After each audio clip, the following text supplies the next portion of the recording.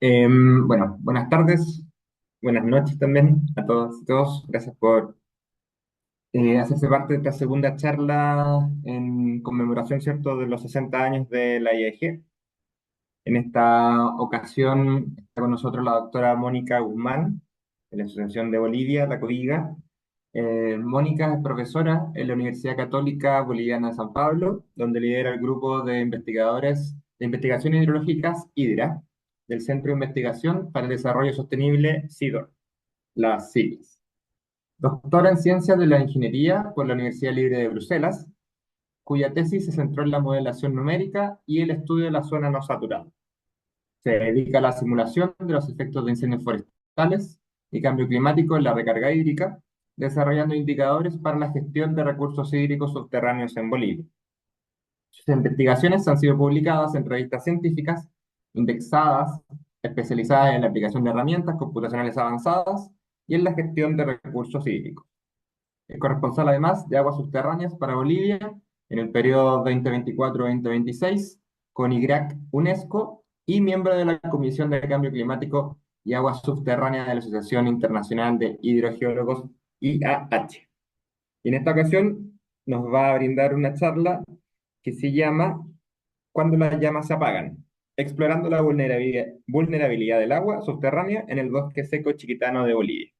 Bienvenida, doctora Mónica. Adelante. Bueno, muchas gracias, Sebastián. Voy a intentar nuevamente compartir mi presentación para que todo quede listo. Mm, Creo que ya está, ¿verdad? Sí, correcto. Sí, está perfecto. Perfecto. Bueno, en principio es un gusto estar aquí y muy feliz de haber sido incluida en esta celebración tan importante, los 60 años. Y bueno, en los siguientes 30 a 40 minutos lo que voy a compartir con ustedes es un trabajo que hemos realizado en la parte oriente de Bolivia sobre hidrogeología, que ha involucrado bastantes instituciones y bastantes personas también, como lo voy a ir mostrando a lo largo de la presentación. Pero antes de pasar con el objetivo y trazar un poquito el esqueleto de lo que ha sido el desarrollo de la misma, pues siempre me gusta hacer un poco de énfasis en lo que es vulnerabilidad. Y para eso me gusta recordar cómo percibimos la vulnerabilidad cuando hace 2 años, más de 3 años, todos atravesamos por COVID-19 y de repente no sabíamos muy bien de qué se trataba, no sabíamos qué tan frágiles o qué tan vulnerables éramos, pero a medida de que pasaba el tiempo, pues fuimos aprendiendo cosas de nosotros mismos que nos daban a entender qué tan frágiles éramos ante el COVID. De repente, si teníamos alguna de estas características que les muestro desde nuestra edad o algunos hábitos o enfermedad base, pues nos cuidábamos más. Y de repente, si en nuestra familia, por ejemplo, teníamos un miembro que tenía tal vez dos o más de estas características, pues lo extra cuidábamos. Y cuando trabajamos en hidrogeología sabemos que esto también aplica a los acuíferos. Los acuíferos tienen esa particularidad intrínseca de ser vulnerables a la contaminación, a la sobreexplotación y a otras amenazas externas. Y justamente la amenaza que les voy a mostrar, que a diferencia del COVID no se ha ido, pues son los incendios forestales.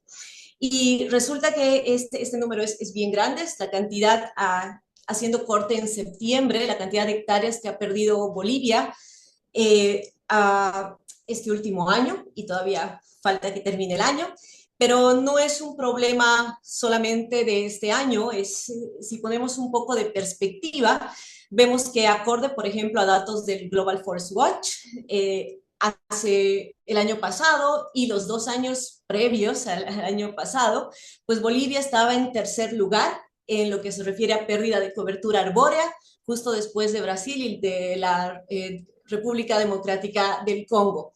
Y la misma plataforma, cuando nos muestra un poquito algunas estadísticas de cuáles son las causas en estos 3 países que están en el top 3 de pérdida de cobertura arbórea, pues si indagamos en las causas, pues vemos claramente que la causa principal en Bolivia son los incendios forestales y que estos incendios forestales suelen estar concentrados al oriente de Bolivia, justamente en la parte amazónica, donde justamente se ha hecho esta investigación. También les quiero mostrar otros datos que también han sido muy interesantes aquí en Bolivia, y resulta que una organización no gubernamental, la Fundación Tierra, hace poco tiempo publicó un reporte técnico donde analizó 40 años de datos climáticos en Santa Cruz, precisamente. Y lo que nos muestran estos datos es que la temperatura, por ejemplo, ha incrementado 1.1 grados centígrados, que es más o menos el 80% más del incremento mundial en la temperatura, tomando en cuenta la misma ventana de los 40 años.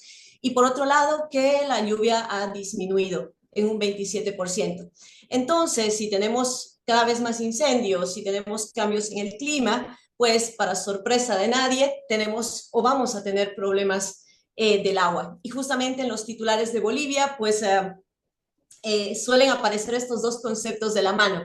Se habla de incendios y sequía casi indistintamente, porque efectivamente las zonas donde hay mayor frecuencia de incendios, hay mayores episodios de sequía, más largas sequías y desde luego más problemas en torno a la seguridad hídrica. Entonces, esto fue el punto inicial de nuestra investigación. Nos hicimos esa pregunta porque si le damos la vuelta, pues no parece tan evidente que el fuego impacte el agua subterránea, ya que sabemos que el agua subterránea está más protegida, es nuestro amortiguador del cambio climático y de todos los efectos que hacemos encima. Entonces, ¿cómo se da esta relación? Y bueno, pues las tres partes que les voy a mostrar a continuación son las siguientes. Primero, cómo nosotros nos hemos hecho esta pregunta y cómo hemos tratado de entender no solamente la relación entre el fuego y agua subterránea, sino cuantificarla, describirla y en base a eso tratar de hacer pronósticos. Pero lógicamente, para saber cómo impacta el fuego específicamente en la recarga de aguas subterráneas en una región piloto en Bolivia, pues primero tendríamos que saber cómo es la recarga naturalmente en esa misma zona piloto de Bolivia. Y esto fue un gran desafío porque aquí no tenemos muchas redes hidrogeológicas y con esto quiero decir que no tenemos redes de monitoreo piezométrico o de nivel freático continuas, mucho menos en la parte amazónica. Y era un gran problema, primero, contar con esta caracterización y esta cuantificación. Y finalmente, pues el último paso de esta investigación fue poner estos dos elementos juntos. Una vez que entendamos cuál es el efecto del incendio en el agua subterránea y cómo se desarrolla el agua subterránea en una zona piloto de Bolivia, pues hacer simulaciones y predecir escenarios post-incendio, ver con nuestra bolita mágica de cristal qué pasaría si hay un incendio de severidad muy elevada dentro de los siguientes 5 años, por ejemplo, cómo se comportaría la recarga hídrica. Y bueno, pues para empezar con nuestra primera tarea, pues lo que hicimos es revisar mucha literatura y nos dimos cuenta de algo interesante. Y es que, por ejemplo, el mundo de los científicos y los expertos en incendios forestales no saben mucho de agua subterránea, pero por otro lado, los expertos científicos en torno al agua subterránea no saben mucho de incendios forestales. Entonces son como dos mundos que no se hablan mucho y había que hacerlos conversar. Y bueno, y el punto de encuentro pues era lógicamente el famoso balance de agua en el suelo. Y lo plasmamos de una manera muy simple y muy lógica, como vamos a ver a continuación. Pero para recordar un poquito qué es el balance de agua en el suelo, pues si tenemos 1 litro de lluvia que cae en una hectárea de bosque u otra cobertura, ese litro de lluvia pues tiene que salir de alguna manera y en algún tiempo. Y de hecho lo hace. Parte escurre, aparte se transforma en vapor de agua y se va a través del proceso de evaporación y transpiración de las partes, y lo que queda de remanente es el agua subterránea. Valga decir, esa parte esa fracción del agua de lluvia que puede llegar hasta la napa freática y empieza a moverse bajo las leyes de Darcy, es decir, como agua subterránea. Entonces, empezando de ahí, empezamos a conectar el conocimiento que existía en estos dos campos de estudio, que no solo estaba en papers, sino también en reportes técnicos y en otro tipo de documentos, porque los incendios son muy impredecibles. Entonces, es muy interesante toda la documentación que hay sobre las mediciones y todas las investigaciones que se hacen post-incendio.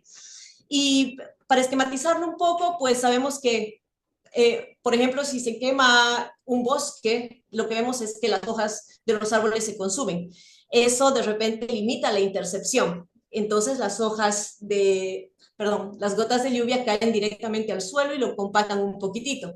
Pero por el otro lado, como vemos por la parte derecha, pues esta combustión de hojas produce cenizas y estas cenizas empiezan a incrustarse en los poros del suelo, lo cual disminuye otro poquito lo que es la permeabilidad. Entonces, de repente tenemos pues una permeabilidad disminuida que hace que la escorrentía superficial después de un incendio sea mucho mayor que en condiciones normales.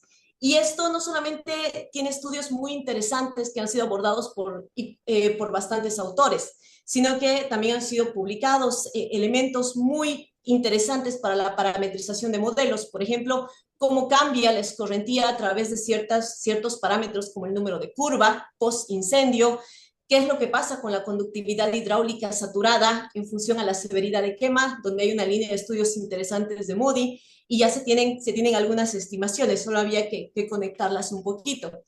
Y nos dimos cuenta, pues, que de hecho, después de un incendio forestal, pues, habían cambios en la escorrentía a corto y a largo plazo. A corto plazo, que eran muy fuertes, porque se gatillaba bastante lo que es la escorrentía, pero a largo plazo quedaba un efecto remanente que estaba más relacionado con la pérdida de porosidad del suelo después de incendios de severidad alta.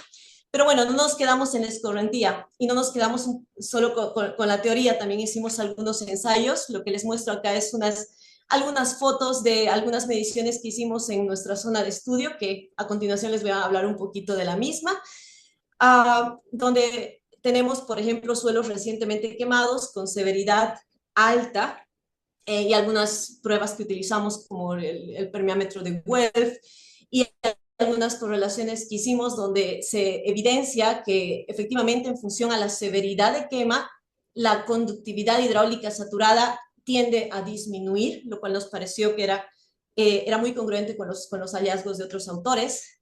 Pero bueno, más allá de la escorrentía, pues vimos otras cosas muy interesantes. La primera o la segunda es que hay cambios muy interesantes en torno a que si la cantidad de hojas disminuye, pues va a haber menos transpiración, pero por otro lado va a haber menos sombra y va a haber más evaporación. Entonces tenemos una evapotranspiración medio errática, que en principio no sabemos si aumenta o disminuye, que tiene bastantes estudios muy particulares, pero son a corto plazo, con lo cual llegamos a la conclusión, por ejemplo, de que cada sitio debe caracterizarse y específicamente en función de su vegetación y otros factores se debe contabilizar este proceso. Y llegamos finalmente a lugares un poco decepcionantes como el microclima. De hecho, en la literatura es un gran hoyo el caso del microclima después del incendio. Hay mucho que no se conoce todavía. De hecho, si nosotros queremos pronosticar una lluvia después de un incendio forestal, es difícil saber por dónde empezar. Lo mucho que nos dice la literatura es que son más convectivas, pero no hay métricas, no hay un acuerdo entre qué métricas usar y qué cambios específicos pueden ser interesantes para parametrizar modelos. Entonces, con todo esto en mente y teniendo en cuenta que efectivamente tenemos una serie de procesos en cadena, en la cual, si bien los incendios no afectan directamente a la recarga hídrica, pero sí afecta a todos los otros procesos que condicionan la recarga hídrica, nos dimos cuenta de una alarma fundamental, y es que evidentemente los incendios forestales están promoviendo la sequía, pero a la vez la sequía están promoviendo los incendios forestales. Pues bien, con esto en mente pasamos al segundo paso. ¿Cómo podemos determinar la recarga en una zona donde no tenemos muchos datos hidrogeológicos y donde la información hidrogeológica es limitada? Y aquí quiero presentarles la zona de estudio. Un lugar muy bonito y es muy interesante, se llama San José de Chiquitos, queda al centro del departamento de Santa Cruz, al este de Bolivia. Y les digo que es muy interesante porque desde el punto de vista geológico estamos sobre el escudo precámbrico, por ejemplo, lo cual lo hace muy único. Pero por otro lado es muy interesante desde el punto de vista ecológico, porque sobre el mismo tenemos el bosque seco chiquitano, que es un bosque semideciduo único también en el mundo, que está muy bien conservado hasta el momento. Creo que solamente en 2 lugares a nivel mundial tenemos este tipo específico de bosque. Y como ven en los datos, pues llueve mucho, 993 milímetros al año es bastante, pero también vemos que la temperatura es muy alta, incluso en invierno, lo cual hace que la evapotranspiración sea un proceso casi constante a lo largo de todo el año. Y un detalle importante es que para la ciudad de San José de Chiquitos, en la misma zona, pues el 100% de su suministro de agua proviene del subsuelo, a través de pozos perforados, pero sobre todo a través de vertientes, como la que estudiamos como nuestro caso piloto. Y bueno, ¿cómo abordamos esta caracterización que necesitaba hacerse lo más rápido posible y lo más precisamente posible? Pues tomamos 3 pasos y se me hace muy importante mencionarlos.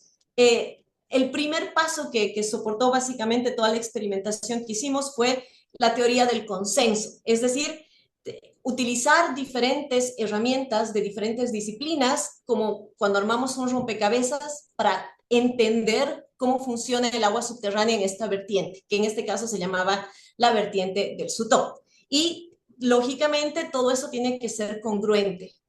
Después, lo que nos pareció innovador en la teoría de los modelos rivales, porque una vez que teníamos el modelo conceptual, necesitábamos hacer un modelo numérico para hacer pronósticos. Pero esta teoría de modelos rivales nos llamó mucho la atención porque básicamente utiliza modelos numéricos no como una herramienta estática, sino como una herramienta dinámica o herramientas dinámicas que nos ayudan a entender mejor la hidrogeología y a refinar el modelo conceptual.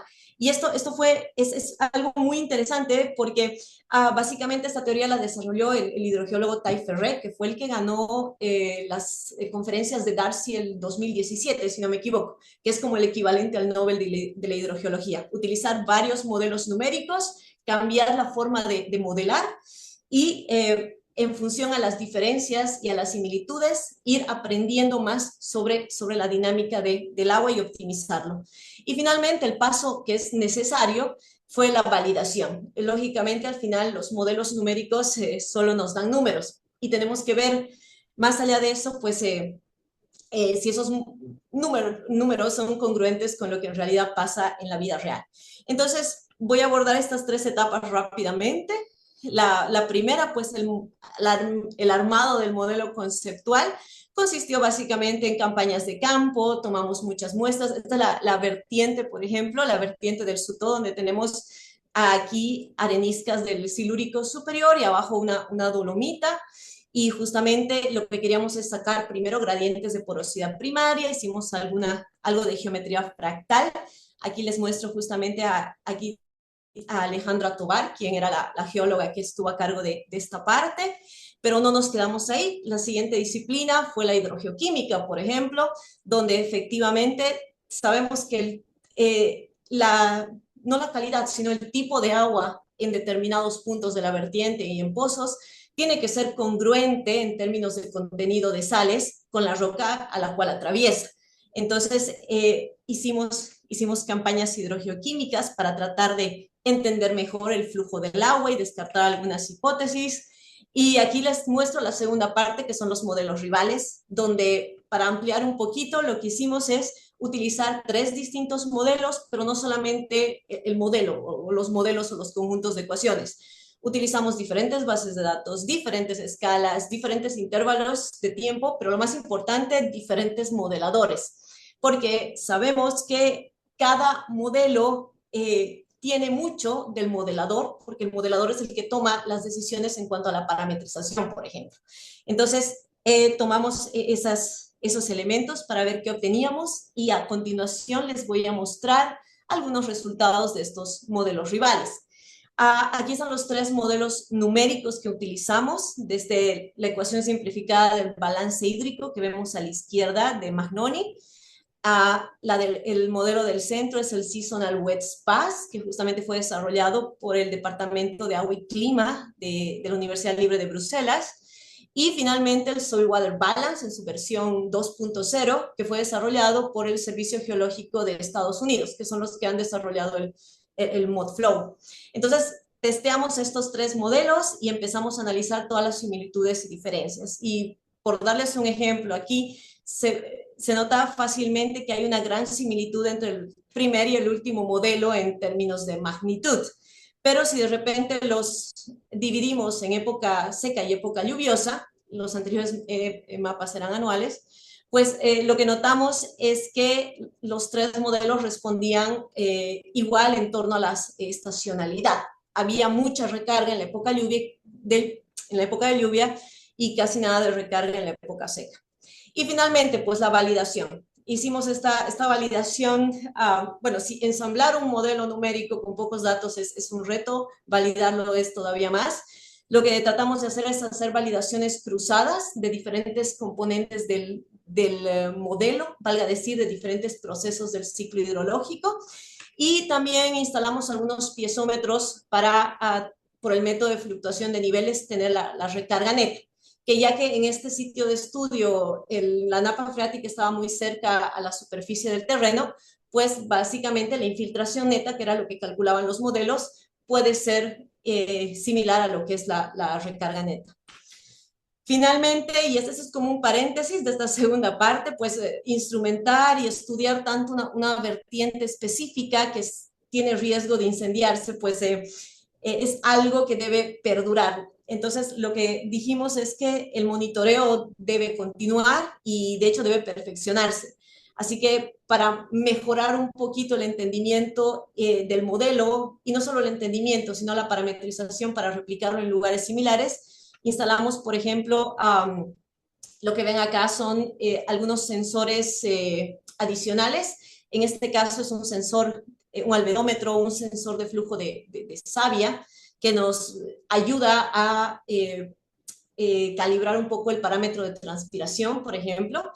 Y por otro lado, instalamos sensores que nos miden la salinidad, la conductividad eléctrica, que además de los niveles de agua y de la temperatura, tener el dato de la salinidad nos da idea de más o menos en qué zonas el agua de lluvia entra con más facilidad. Y eso lo vemos en series temporales. Pero bueno, ya pasando a la última etapa, ¿qué pasa? Entonces ya conocemos cuál es el efecto del fuego, numéricamente hablando, en el proceso de recarga. Y ya sabemos cómo es la recarga en nuestro sitio piloto en San José de Chiquitos, pues ahora testearemos y veremos qué pasaría en los siguientes 5, 20, 50 años si hubieran incendios ficticios.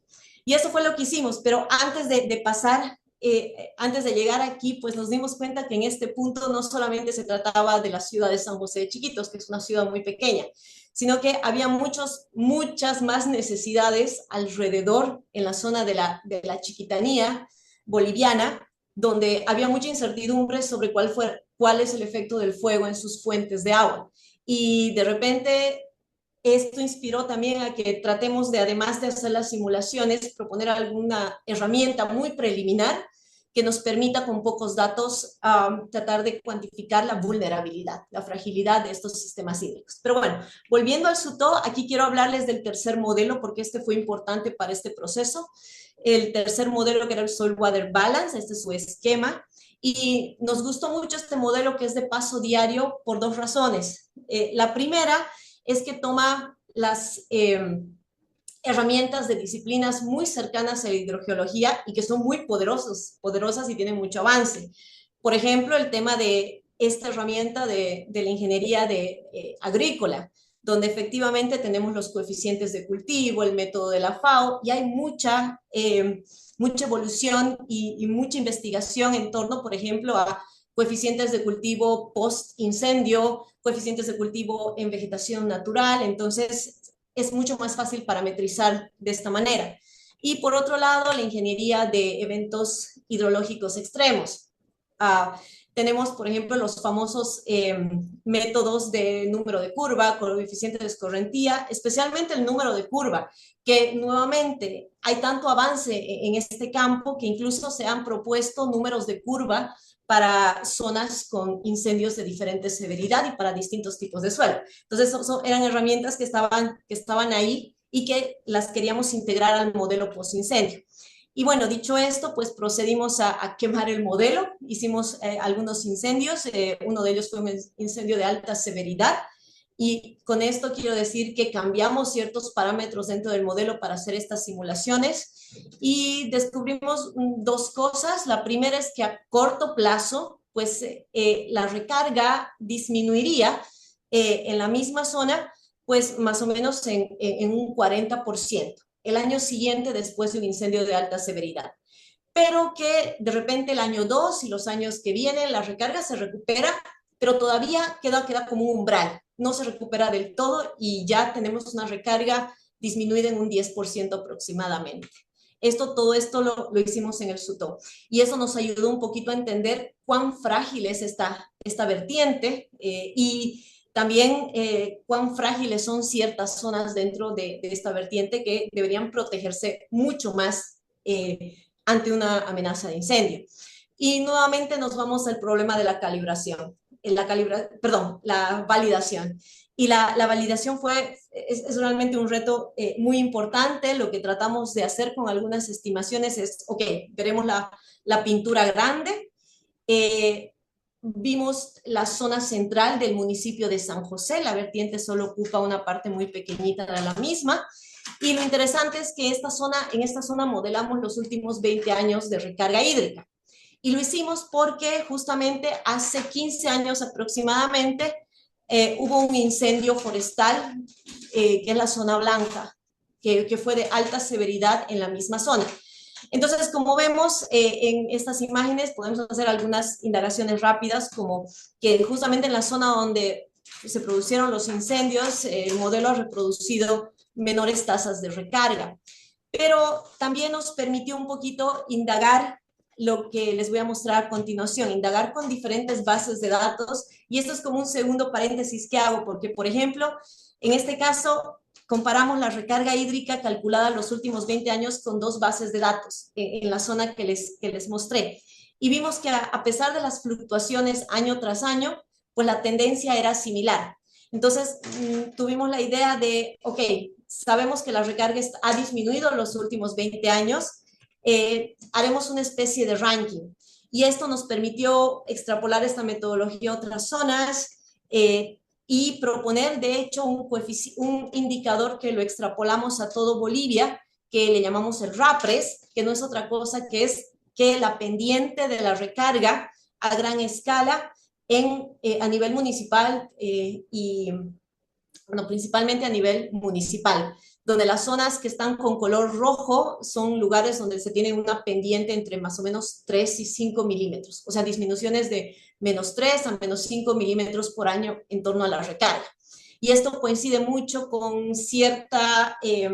la aprobación de ciertas leyes y ciertas políticas que han promovido la deforestación y por ende los incendios forestales en el territorio y en las zonas también señaladas.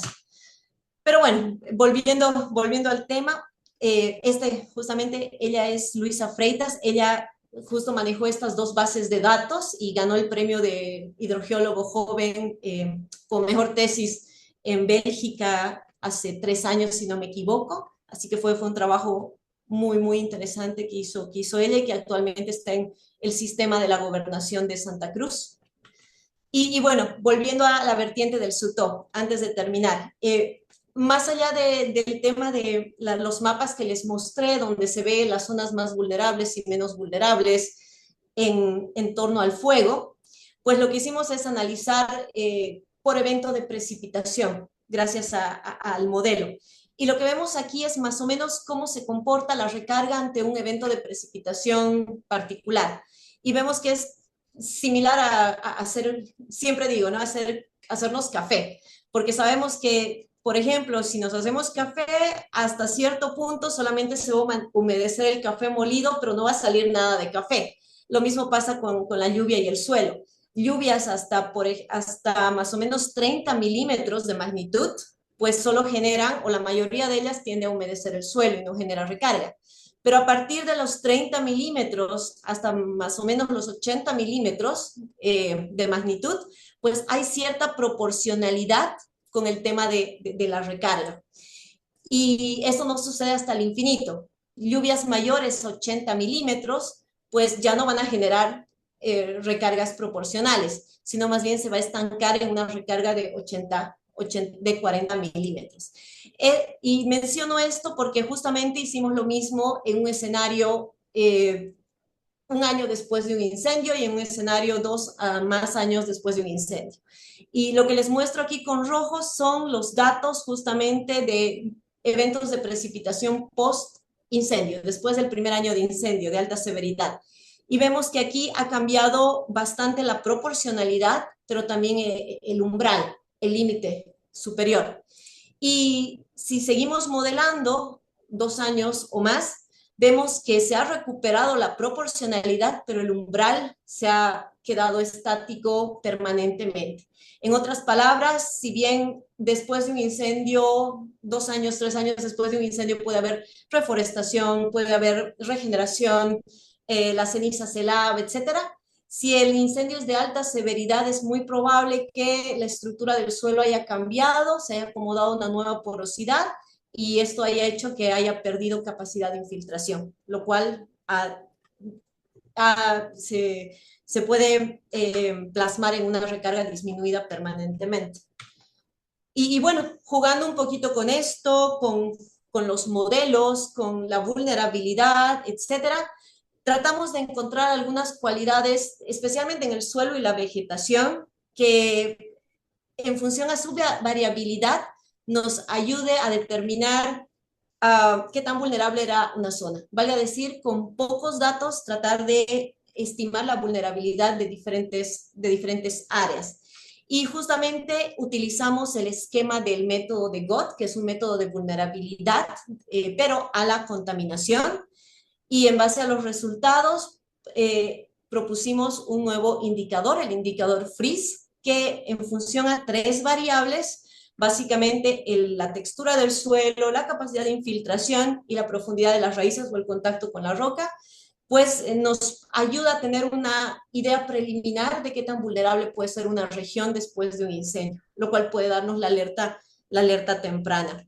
Y bueno, como conclusiones, pues como habrán visto en esta presentación, creo que algo importante que se ha logrado es poner a disposición de los modeladores un mapa que guíe el proceso de modelación post-incendio para dar la alerta temprana, para tener escenarios post-incendio de diferentes regiones.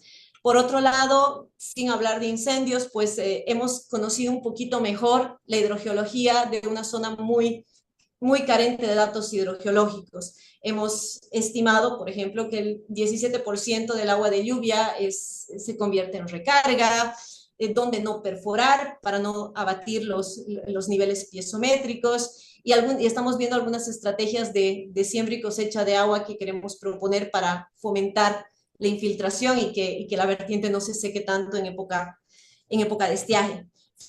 Finalmente, y creo que eso también es muy importante, hemos puesto a disposición de autoridades, de instituciones especialmente que tienen mucho que ver con el manejo de tierra y de agua en Bolivia, herramientas muy sencillas y muy prácticas que nos pueden dar esa alerta para cuidar el agua subterránea.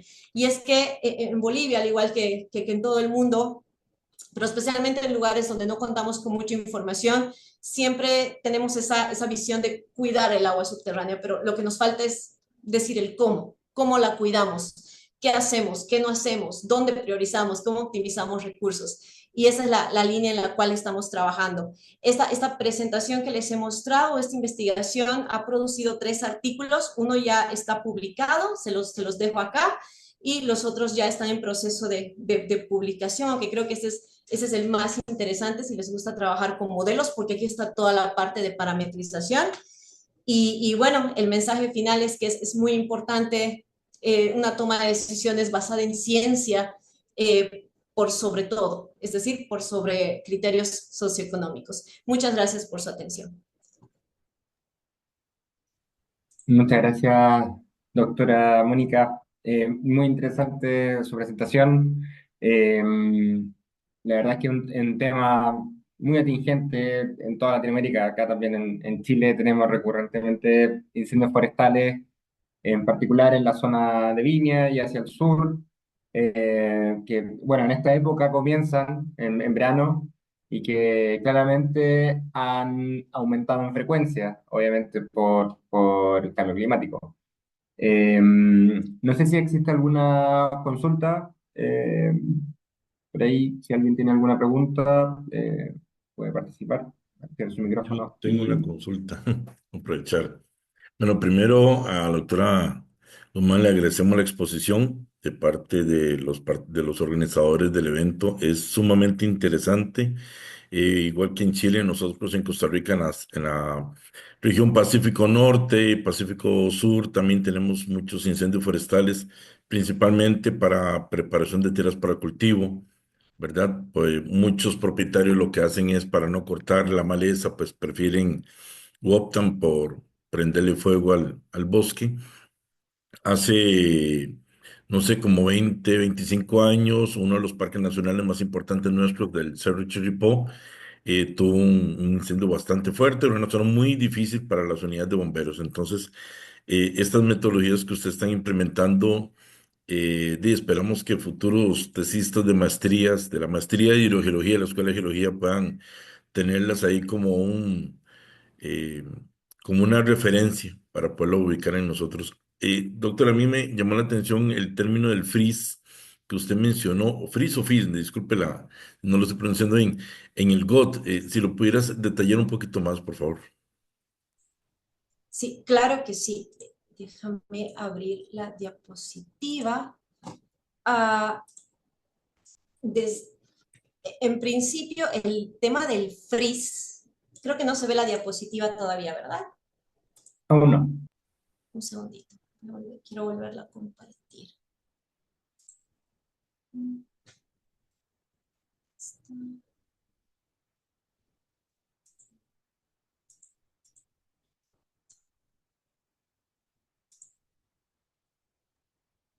Ahí está cargando. La pueden ver, ¿verdad? Completa. Ahora sí, Ahí sí. Ahí sí, perfecto. perfecto. Sí, no, en principio me parece muy interesante el tema de incendios que mencionan y los casos que mencionan justamente, por ejemplo, en el caso de Chile.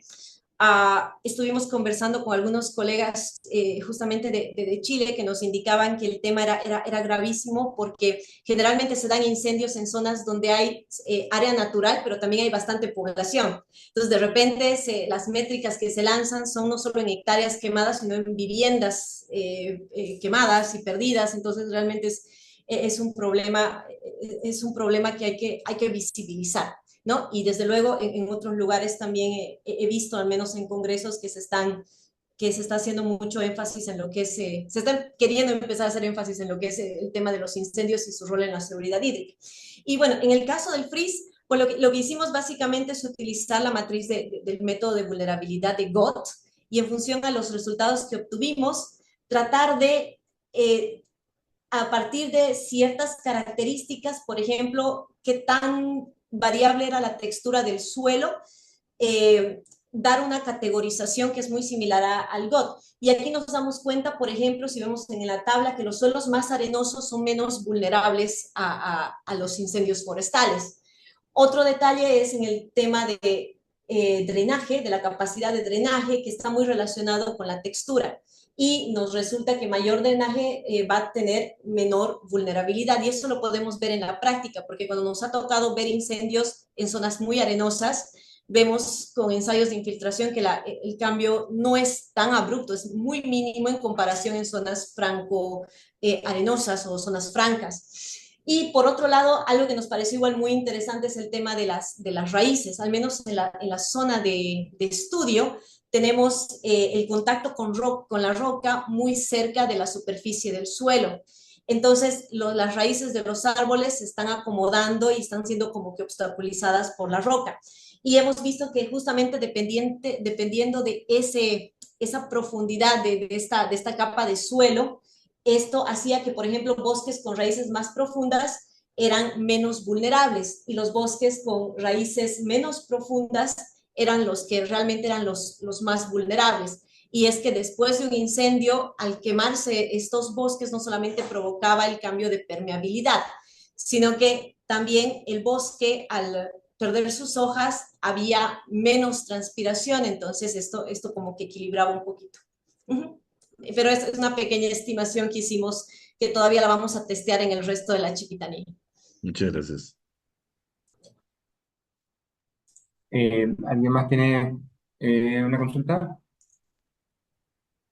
Si Oh, no, voy yo. David, adelante. sí, bueno, David Vázquez de IAEG Bolivia. Primeramente, felicitar a nuestra representante por la charla de hoy.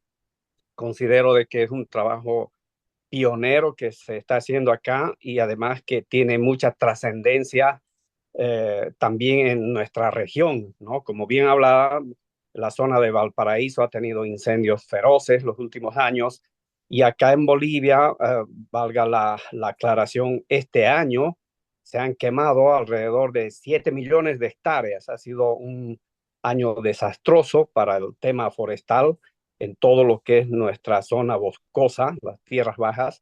Y este tipo de trabajos que nos está presentando Mónica abre un abanico de posibilidades para poder replicar no solamente en nuestro país, sino en todos los países de nuestra América Latina, ¿no? Por esa razón, quería simplemente felicitar nuevamente y también a la organización de estos 60 años de la IAEG. Gracias. Muchas gracias, Gracias, David. gracias, David. Yo tengo una consulta. ¿Cuál sería, en términos de los siguientes pasos, como empezar a pensar en quizás planes para las zonas más urbanas o trabajar con algún tipo de entidad gubernamental o etcétera? Porque la idea, como estamos un poquito hablando, tenemos cosas bastante similares y que quizás sería interesante replicar. Eso. Sí, bueno, esa es muy buena pregunta también. Y de hecho, nuestra primera intención al hacer toda esta investigación era poner el tema agua sobre la mesa. Es decir, ok, mostrar que el agua subterránea es vulnerable, que puede ser seriamente afectada y que la seguridad hídrica de comunidades que dependen del agua subterránea puede ser muy crítica en torno a los incendios forestales.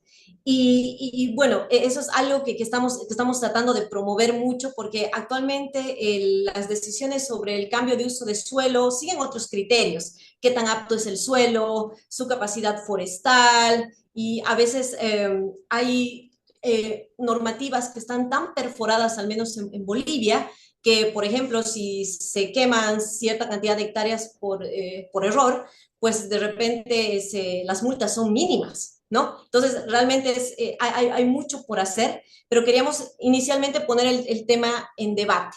Y después, una vez que se reconozca que es importante cuidar el agua subterránea, que el agua subterránea es vulnerable en unos lugares más que en otros, pues lo que queremos es que se empiece a tomar este tipo de decisiones en torno a una zonificación, donde haciendo una álgebra de mapas sobre biodiversidad, agua y otros factores, pero entre agua, ¿no? Y sobre eso se pueda poner restricciones a zonas críticas, porque hay zonas críticas que pueden no tener bosque, pero por sus condiciones hidrogeológicas son claves para el abastecimiento de la zona.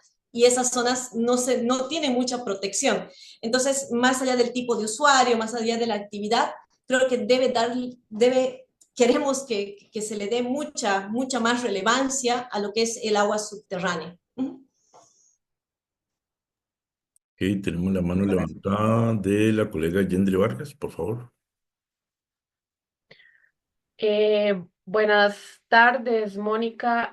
Primero felicitarla por tan excelente presentación. De verdad le agradezco mucho. Fue un tema muy interesante y en mi caso, pues me genera mucho interés. Mi pregunta es, ¿cómo tomaron las comunidades, verdad, la exposición de este tema? De hecho, no, es igual es una muy interesante pregunta. Y de hecho, lo que he percibido cuando hemos ido presentando algunos resultados parciales es que inicialmente había bastante pesimismo. Y también los entiendo porque poniéndolo así, pues tener a alguna persona que haya hecho investigaciones y que te diga que la situación está muy grave y que la tendencia de agua subterránea es decreciente y que después de un incendio esta zona es muy vulnerable, sentía que generaba algo de pesimismo, ¿no?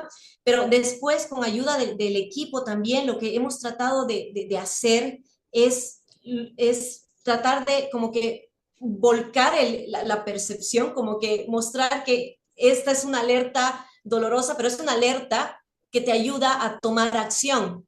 Entonces, de repente esta parte, y con esto me refiero en los últimos 2 años, que hemos visto que las comunidades, los caciques y demás, cuando vamos a la chiquitanía, como que siempre nos piden más información, quieren las referencias de los documentos, tenerlos en el WhatsApp, están como que más comprometidos a hacer valer sus derechos. Creo que ellos están percibiendo ahora como que tienen más evidencia para mostrar a las autoridades algo que ellos ya intuitivamente ya saben, porque son personas que han vivido toda su vida en una zona, intuitivamente conocen de dónde viene el agua, qué pasa si hay un incendio, lo conocen, pero ahora como que siento que están viendo, ok, nosotros sabemos que esto va a pasar, ya tenemos la evidencia técnica, científica, ahora como que he visto que están buscando más canales de comunicación con los otros niveles del Estado para cuidar sus territorios de lo que es la deforestación. Pero eso es como una percepción inicial que tengo después de estos años en los cuales hemos hecho el trabajo.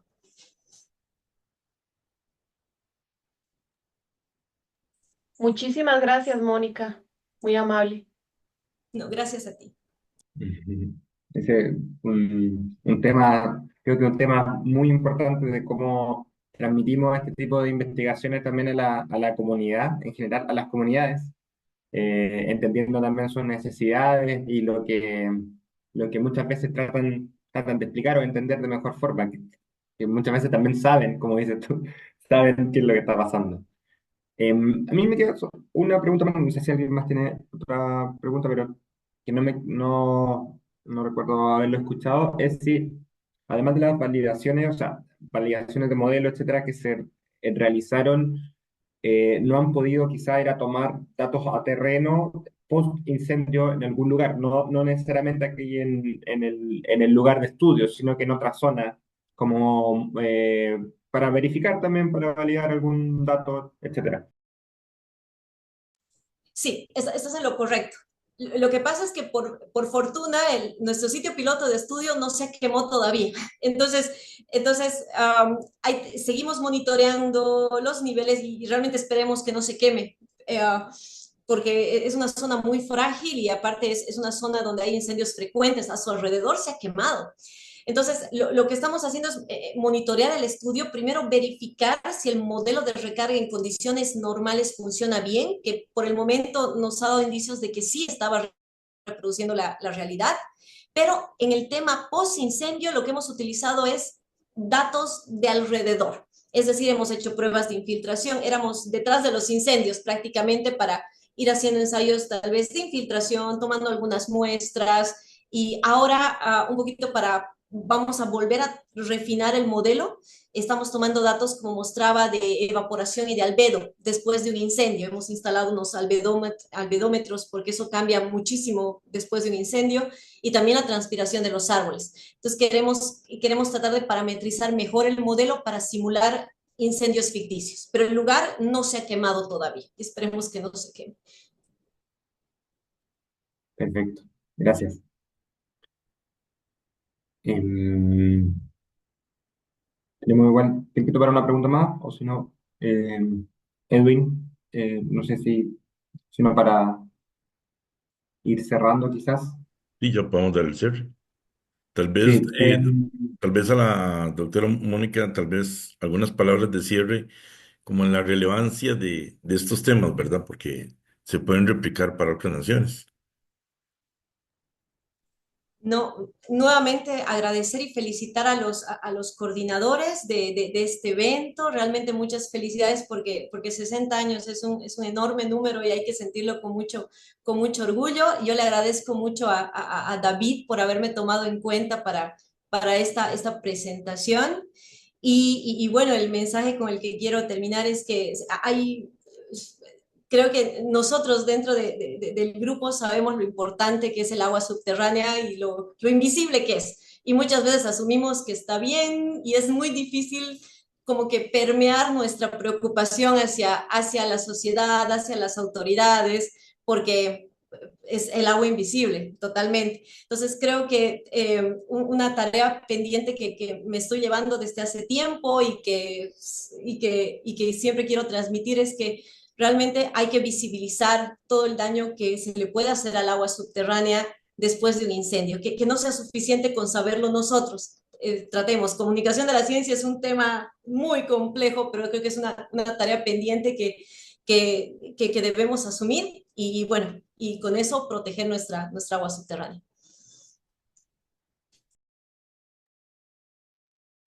Perfecto. Bueno, darle las gracias nuevamente, doctora Mónica Guzmán, de Bolivia. Muchas gracias por su presentación.